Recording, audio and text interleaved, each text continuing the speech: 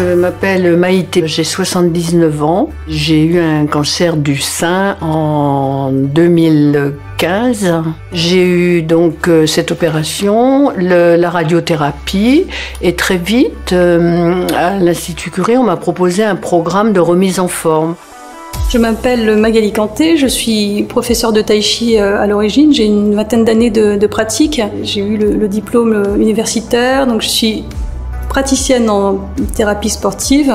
Je me sers du tai chi comme d'un outil, comme d'une source d'inspiration pour proposer des mouvements et faire travailler chaque partie traumatisée, opérée, les cicatrices, un problème d'équilibre, une perte de mémoire. On travaille beaucoup en douceur, mais d'une manière quand même très tonique, toutes les articulations dans le détail. Et ça redonne de la souplesse et de l'équilibre. Du coup, j'ai retrouvé plus d'aisance, de confiance, de liberté pour me mouvoir, bouger, etc. Et des petites douleurs que j'avais, que je commençais à avoir dans les genoux, ça a disparu.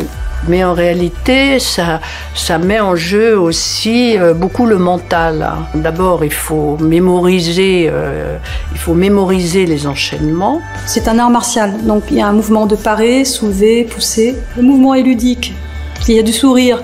Qu'elles arrivent à faire le mouvement qu'elles faisaient au départ à vide, avec quelqu'un, et qu'elles comprennent que effectivement le bras qui monte, mais ça a un sens bien sûr, c'est pour parer, pour me protéger, et après je pousse.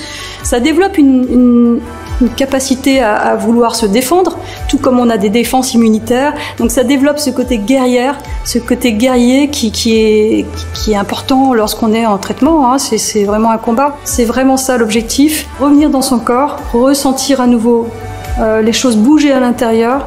Et l'énergie circulera à ce moment-là. Je pense que c'est accessible. Moi, j'essaierai de persuader les personnes. Je pense que c'est accessible à beaucoup de monde, même des gens qui n'ont pas pratiqué beaucoup de sport dans leur vie.